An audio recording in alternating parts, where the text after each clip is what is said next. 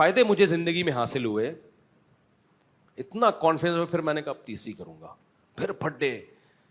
ابھی میرا بیٹا مجھے کہہ رہا ہے ابا میری شادی کر دو, زبان سے نہیں کہہ رہا, ادھر ادھر سے اشارے کروا رہا ہے. تو میں نے پتہ ہے کیا کہا ہے, میں کر دوں شادی, مجھے کوئی وہ نہیں ہے, میں بچوں کی شادی بر وقت کرنے کا قائل ہوں. ہاں میں لوگوں سے یہ کہتا ہوں کہ بچے میں اگر ذرا سا بھی خطرہ ہے نا کہ باپ پہ بوجھ بنے گا, پھر اپنے خرچے پہ نہیں کرو, کیونکہ بعض بچے ابا کے خرچے پہ کر کے پروڈکٹ ہر سال آتی رہے گی ان کی, وہ سارے خرچہ کون اٹھائے گا, وہ اپنی ذمہ داری نہیں اٹھاتے. تو پھر ایسے میں ماں باپ کو کبھی ترغیب نہیں دیتا کہ اپنے خرچے پہ بیٹوں کی شادی کرو. ہاں بیٹا سمجھدار ہے, آپ کو پتا ہے کہ یہ اپنی ذمہ داریاں پوری کرے گا, ابھی بے روزگار ہے, کل روزگار لگ جائے گا, تو پھر باپ کو چاہیے کر دے.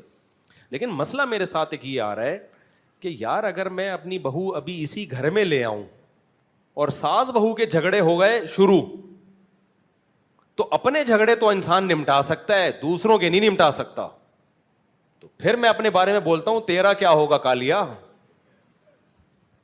یعنی میرا کیا ہوگا کالیا, کیونکہ میں نے پہلے دوسری کی, پھر پھڈے ہوئے, پھر تیسری کی, پھر دوبارہ سے دونوں کے الگ سے پھڈے شروع ہو گئے, پھر چوتھی کی, پھر تینوں کے پھڈے. اب میں جا کے میری زندگی تھوڑا سکون میں آئی ہے, پھڈے مڈے ختم ہوئے, اب میں بہوؤں کے پھڈے شروع کر دوں, نہیں سمجھ میں آ رہی میرا خیال ہے. کیونکہ اب میں لے کر آیا تو میری بیگم کا پھڈا ہوا میری بہو کے ساتھ.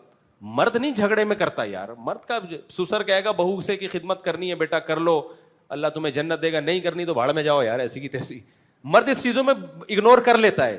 خواتین کے بڑے مسائل ہوتے ہیں, خواتین کے مسئلے ہوتے ہیں کہ جب آپ گھر پہ آؤ گے, آپ کی بیگم آپ سے بولو گی بہو نے آج مجھے یہ ٹکا سا جواب دیا ہے, کیا یہی تعلیم ہے شریعت میں؟ تو میں بہو سے پوچھوں گا کیوں بھائی ٹکا سا جواب دیا ہے, جھوٹ بول رہی ہیں یہ جھوٹ بول رہی ہیں, آپ جھوٹ بول رہی ہیں, میں کہ جھوٹی ہوں؟ بھائی وہ جھوٹی نہیں ہے, وہ سچی ہیں.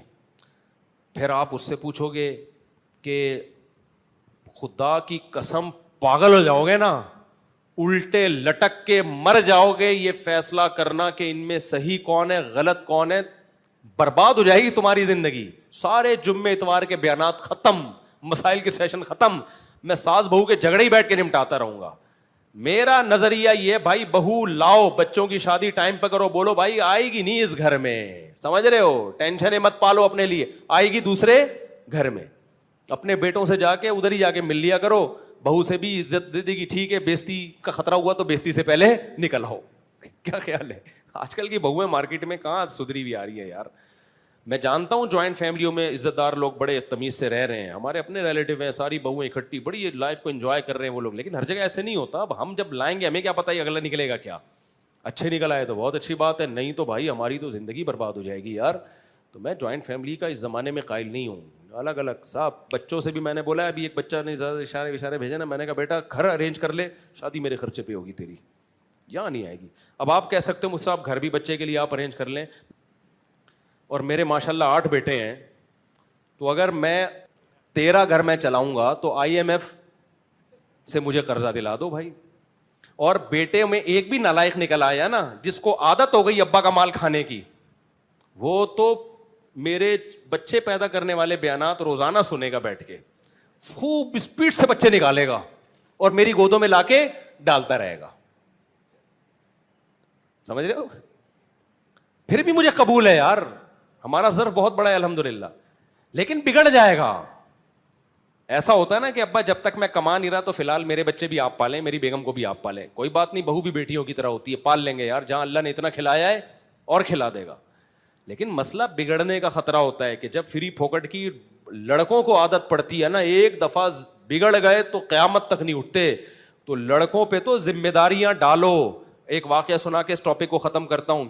ہمارا ایک جاننے والا ٹھیکیدار ہے, بہت پیسہ ہے اس کے پاس. میں نے کہا یار تمہیں اللہ نے اتنا نوازا ہے, اتنا تم کما رہے ہو, کہتا ہے یہ سب میرے باپ کی مہربانی ہے. میں نے کہا شاید اس کے باپ نے بہت پیسہ دیا. کہہ رہے نہیں, میرے باپ نے میرے سامنے سے روٹی چھین لی تھی. کہہ رہا میں ہڈ حرام تھا ونس اپون اے ٹائم, باپ کے ٹکڑوں پہ پلتا تھا, گھر آ کے کھاتا رہتا تھا, اور جا کے لڑکوں میں بیٹھ کے سٹے. کہہ رہا میرا باپ سمجھاتا رہتا تھا بیٹا کچھ کر, بیٹا میں کرتا نہیں تھا. ایک دن باپ نے میرے سامنے سے کھانا ہٹا لیا, بولا آج کے بعد تو اپنے خرچے پہ کھائے گا.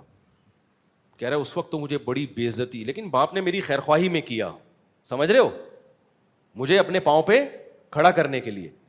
کہتے ہیں نا مجھے چلنا سکھانے کو سہارا چھین لیتا ہے. بچوں سے بعض دفعہ سہارا چھینا جاتا ہے